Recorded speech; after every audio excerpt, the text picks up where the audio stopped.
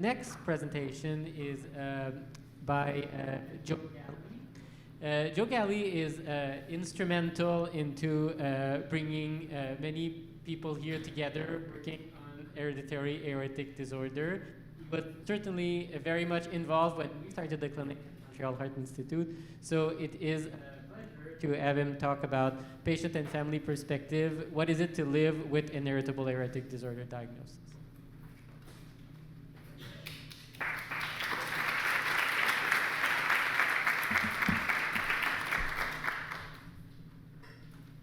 4 p.m., December 24th, 2009. Dr. Rocio Moran, Cleveland Clinic, calls Christmas Eve, says, Alexander has got Loeys-Dietz. The world fell on our heads. That's how it felt. 2 weeks later, we tested myself and my wife, Joanne, and she was positive. Again, the world fell on our head. 2 months later, we tested our other two boys, Thomas and Noah, and Thomas had it. So, 50% autosomal dominant disease. We've got 2 of 3. We should be buying lotto tickets, right? It's at that point, I stopped working, and my focus was to take care of them. Life expectancy at that point was 27 years old. Alex was 15, Thomas was 13. Joanne is an outlier, okay? At least that's what we thought at the time. So we reached out to people around us, and we essentially started this foundation. But we spent 6 months going back and forth to Cleveland because we couldn't get proper attention or access to health care here without waiting 6 or 8 or 9 months. And the reason that we were in such a rush is that Alexander's pectus had evolved from negligible to big enough to put my fist into. His back had curved from 0 to 32 degrees in 10 weeks. So your rate of change, your delta rate of change was like this. So as a parent, and I'm a business guy, I have no medical background, but as a parent, I'm looking at this and I'm saying, hey, wait a second, something's really wrong here and it's going too fast. We were lucky to have the financial ability to go to the United States and get care, which we did, and we spent 6 months every 2 weeks back and forth for our 3 patients.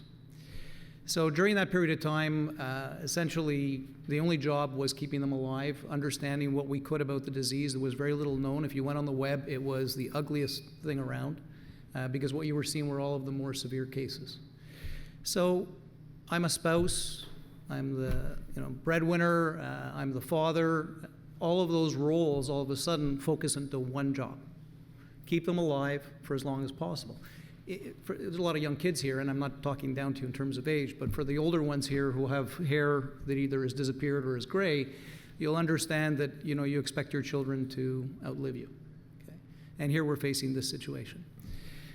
So it was extremely difficult at the beginning to try and create an environment for the children of normalcy. I'll let you in a little secret. When I was 15, my career objectives were to be a pilot, okay? Failing that, to be a playboy, and failing that, to be a social worker. Those are my 3 objectives, okay? I didn't even know what business was. It was a bad thing and all of that. And by the way, I really enjoyed girls. So those were kind of my major highlights. I wasn't worried about, is there a Damocles sword hanging over my head? Is that pain I'm feeling right now, that I'm wondering, am I dissecting? Is there something happening here to me that's not normal? I was getting up, literally sitting there. It brought me back to, I was presenting to a very well-known university in Boston, and the phone rang. And it was my wife saying that Alexander was in an ambulance to the ER. And then I had to get up and speak. And I was speaking at Grand Rounds. I was fortunate to have the opportunity to do that. And I said to the people, I got to apologize because right now my son is in an ambulance. And you see, every time this rings, my anxiety level goes up. So I'm going to share with you what it feels like now. Every time the phone rings and I see it's one of my family members, my anxiety level goes up. Why does it go up? Because I'm expecting the worst. I'm always expecting something negative to happen. The sense of peace and tranquility doesn't exist anymore. And I know for my wife, who has the disease, and I know for my children, even though they don't say it, it's the same thing for them. So why is this important for you? Why am I sharing this with you? Because you have to look beyond the diagnosis. You have to look, sorry, I'm glad they put Kleenex, thank you. You got to look beyond the diagnosis. You got to look at the people, and you got to look at the families. The impact is tremendous. And when I was a little kid and we played outside, and for the older people again with gray hair who used to play outside, not playing with this, when you got thirsty, you didn't go in the house. You went and you took a garden hose from your neighbor and you drank from the garden hose, right? And some people are, yeah, I used to do that. And I think of that in light or in the same context of our disease and what's happening.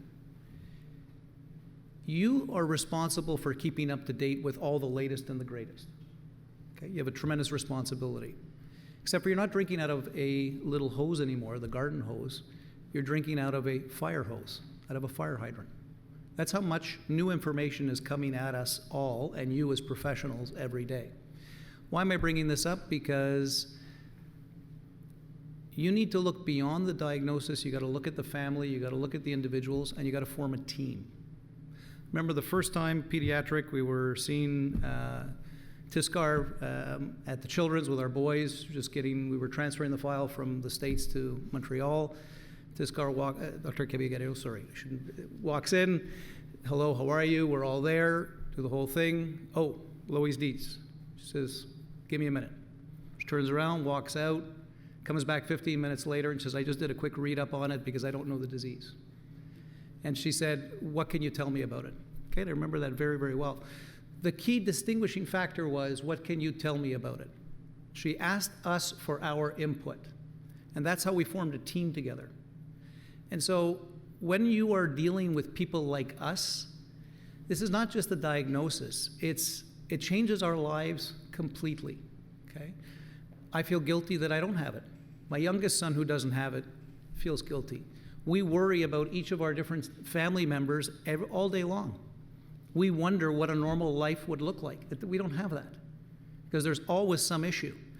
And then when things seem to stabilize, then you get hit with a baseball bat, okay, and something else hits. Because we don't even have a natural history to the disease. Can't even tell you that this will happen in this period of time and this will happen in this period of time. So we live with this constant fear and uncertainty. I can tell you that if any of you have lived with constant fear and uncertainty, like you're about to pass your medical exam and you're really worried and stressed and thinking about your future and I won't become a doctor and I won't make it and I'll go work at McDonald's and all those things that go through your mind when you're thinking about doing all of that, it's not fun. It's not healthy. It's not positive. So can I see a show of hands how many residents or fellows are in the room today? Ah, fantastic. Thank you. They're our future. You guys are our future. And I'm going to come back to Tiskar again. I'm going to talk about Dr. Helen Mamsie. I'm going to talk about, I could go on and on and on. The people in this room that have been open to us and have adopted an attitude of collaboration and teamwork.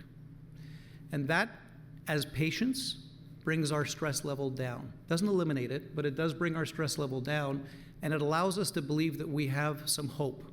We have some hope for the future because we got the right people in our camp. We built the right team around us, okay? So for that, I say thank you. For you young kids out there, you're not gonna have all the answers. We don't have all the answers, but together we can come up with strategy to address the issues and try and create longer life expectancy, number one, and number two, better quality of life. So it's like getting hit with a baseball bat every day. I go to bed every night, I do a gratitude exercise, and I say, thank you. I've had another day. And thank you, I've had another day with my children and with my wife. And I get up in the morning, and I'm excited because I've got another day with my children and my wife. You want to know what it's like? The little things in life. You know, there's a book, Don't Sweat the Small Stuff, and yada, yada, yada, yada. Or mine, and I can tell you others because I've had this discussion, our tolerance for bullshit, excuse my language, is zero. Okay? I have zero tolerance for that. I have no time to waste for that. So when we're people that don't appreciate or don't understand, you know what? Move on. And I will tell you it's the same thing with people that are medical professionals. You're going to go, oh, by what I'm going to tell you next. We fired a bunch of them. Just fired 2 more recently. Okay, and you say, well, how can you do that? Because the way I look at it, it's a collaborative team. And if a team member is not playing and is not doing their part, get the hell off the playing field. Okay? Because the game is a big game. It's our lives. So at the end of the day, we can make a difference together working in a holistic collaborative model. What Ismail, Francois Pierre, Nancy, and the whole team have put together at Montreal Heart is a good example of how it brings our stress down. Okay? Because when we sit down, we're looking at this from a holistic standpoint. There's less chance of getting hit by a baseball bat or something unexpected. So more and more, when people say to us, you know, well, this is a really complicated disease, and I've had doctors basically say to us, this is too complicated, I'm not interested. Okay? Fired, by the way. Okay? I've had an endocrinologist tell us that the thyroid has no impact on the heart. Fired, by the way. Okay? Guys, I have no medical background, but I can read a little bit. I can figure that there is a correlation between the two. So, end of the day, it's a matter of how do we all work together, and how do we work together towards making a difference. I have no medical background. I have no skill set in your space. You guys are, I brought some guests here today who are very supportive board members and advisors, and I was asking them at lunch, so what do you think of the conference? They said, my God, these are the smartest people I've ever met. And it's true. This room has got more IQ than I can count. You guys are super smart in this space. Over here, or over here, maybe sometimes not so much. And I'm not ditsing anybody. I've had this discussion with quite a few of you at different points in time. And that's where we can work together. That's where we can collaborate. I have no smarts in this space. I have a little bit over here, maybe a little bit over here, and so do other people. And so by pooling our resources and coming together, we can make a difference. Okay? So what's life like? Stressful all the time. When the phone rings, I get an anxiety attack. Okay? Be very honest with you. My phone is on all the time. Business meetings, travel, day and night. I've got 4 numbers that I want to, if one of those 4 numbers come up, I answer that phone. Okay? Every time something changes in their physiology or in how they're doing, it affects something else. We haven't even talked about the emotional health component. Put yourselves in the shoes of your patients, in this case, my boys who were at the time 13 and 15. What are they worth? Everybody in this room, when you were 13 and 15, who did not feel invincible? Everybody here, when we were kids, all felt invincible. We thought the future was ours. We can do whatever we've set our minds to. Right? That's gone. That naivete that we grew up with is gone. So, end of the day, our objective as a foundation, one is to share, and we feel very fortunate and privileged, and thank you for our team with HAD1 and our team with HAD2 for pulling this off and bringing it together, and we will expand this as we go across the country. This was in Toronto last year, it's in Montreal this year, it's Halifax, and then we'll go out west after that, and we'll rotate. Okay. Our objective is to be a catalyst and to help you in your jobs to help us.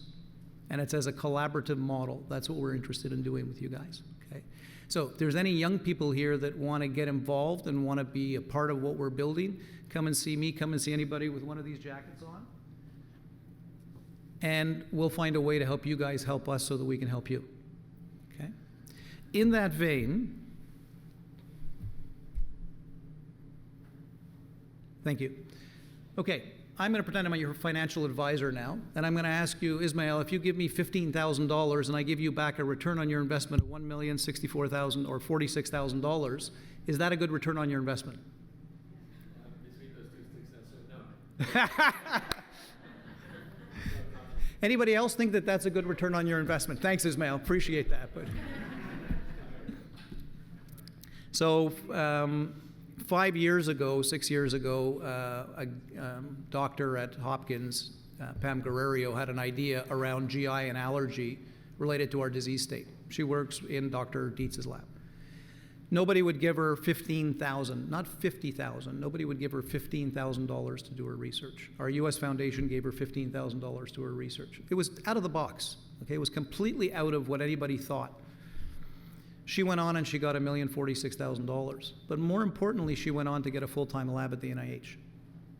Okay, I'm an investor. Okay, guys, I'll talk to you in my language. That's 100 times return on my money. Okay, not talking financial return. I'm talking about in terms of moving the disease, moving the needle on the disease. So that's something that she did. So we took that and we inspired ourselves, and we partnered with Salesforce, which is a technology company. We got them to donate a platform. And then we got a couple of volunteers, Lindsay, who's in the back, and Thomas, I'm not sure where you are. And Lindsay essentially spent about 3,000 person hours over the past 4 years building a database of every piece of research done on Loeys-Dietz and manually curating it and then entering it into this database so that we can now start to search and cross-reference and pull information together. Why this is important is because our intention, next slide please,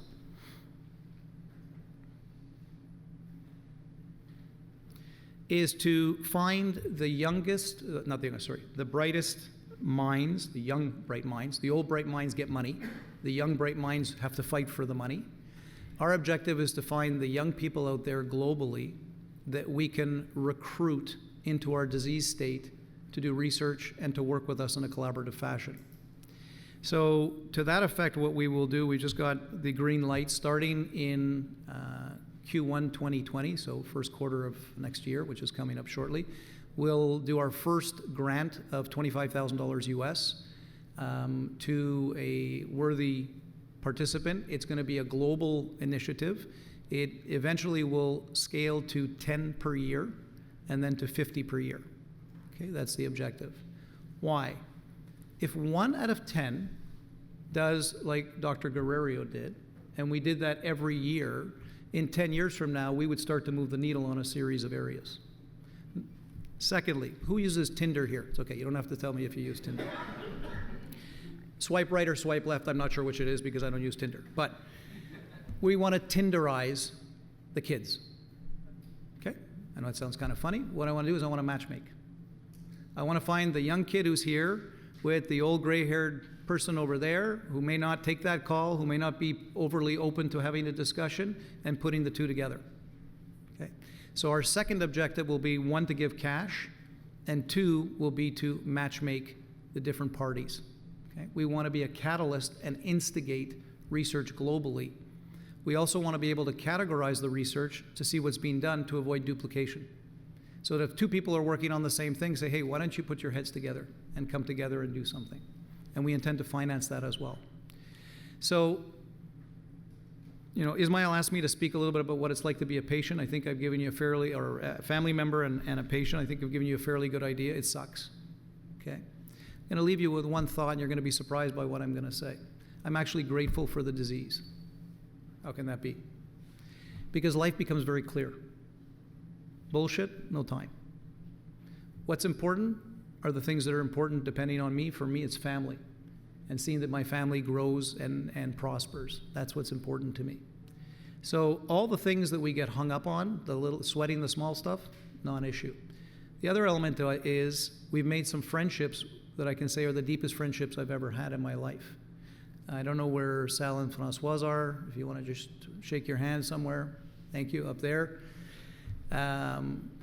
So quick story. First, the Loeys-Dietz conference in Baltimore we attend. We're meeting with Duke Cameron. Does anybody know? Some people here know Duke Cameron. Duke Cameron has a wee bit of an accent, okay? Very deep South accent. Duke sits down, my wife sits down. My wife has a little bit of an accent. Duke looks to my wife and says, "You've got an accent." My wife looks to Duke and says, "No, you got the accent." I said, "Okay, time out, the two of you. Enough with the pissing match." He says, "No." He says, "I got a lady in my OR whose son just, or in my recovery, whose son just had surgery, has the same accent as you." That happened to be Francoise. He says, so we had to go to Baltimore to meet somebody with Loeys-Dietz in Montreal that became our partners to start the foundation and have created a lifelong friendship. So I consider ourselves very privileged to have people like that. I can think of, I mean, looking at you, and there's too many of you even to mention your names, but in this room, people that have become friends and are important to us in our lives, and we appreciate that. So I just want to leave you with this. For the young people in this room, look past the diagnosis, form a bond and a partnership with your patients, because that's going to make a huge difference. You don't have all the answers. You never will. You can't. And it's not fair for us to have an expectation of that. We have to do our homework. We have to come prepared. We've got to be good patients. We've got to be compliant. We've got to do all the things that are required. But it's a team effort. Thank you very much.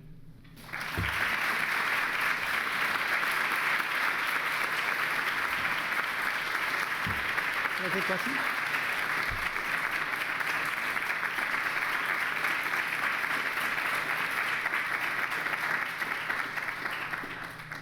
I'll take any, if you have questions. Just a quick question. Of course, I believe all of us are interested. What's the state of your patients or yours, your sons and your wife? And have you had any scares, God forbid? And do you start to feel better with time as you learn more? Thank you. So, touch wood, if this is wood. Aortic root is not an issue right now for us, so thank goodness. We have had cancer. We've had back surgery. We've had double eye surgery, major GI issues. We have major thyroid issues, which then affect the heart, on and on and on. So we have 13 specialists that look after our family. We spend a lot of time in and out of hospitals and doctors' offices. So do I feel better? No, honestly, I don't. Because as I understand more, what makes me feel better is to take the negative energy and the anger that I have and the frustration and put it into things like this, where we can make a difference. Thank you. Other questions? Don't be afraid to ask personal questions. The young kids here, don't be afraid to ask questions.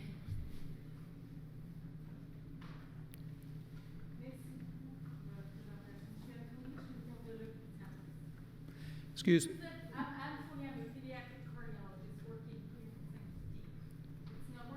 No. Can we get the mic on, please? You really showed us how important the patient is part of the disease. We are specialists of the disease, but you are the specialists of living with the disease. You have a very articulated man, and your family is too, I suppose. But how can we help families who don't have the articulation you have? And this is the people we see every day as physicians. OK, la question, c'est qu'est-ce qu'on peut faire pour les gens qu'on voit quotidiennement qui n'ont pas nécessairement la façon d'articuler la discussion qu'on fait aujourd'hui. So the question is, how do we help people that don't necessarily have the ability to articulate and look at it this way? That's part of what the foundation is for. So our role, and thank you for bringing it up, and I'll use that as a segue in. Our role is to provide, we do three things: awareness. So we've now done 1,200 medical presentations. We've built the algorithm with Hopkins and others, yada, yada, yada, to be able to allow you to have the tools, number one. Number two is support. So we actually build multidisciplinary teams. I have doctors and surgeons that refer the patients directly to us. We go through what we call a head-to-toe. It takes 2 hours to do per patient. And we review every body system.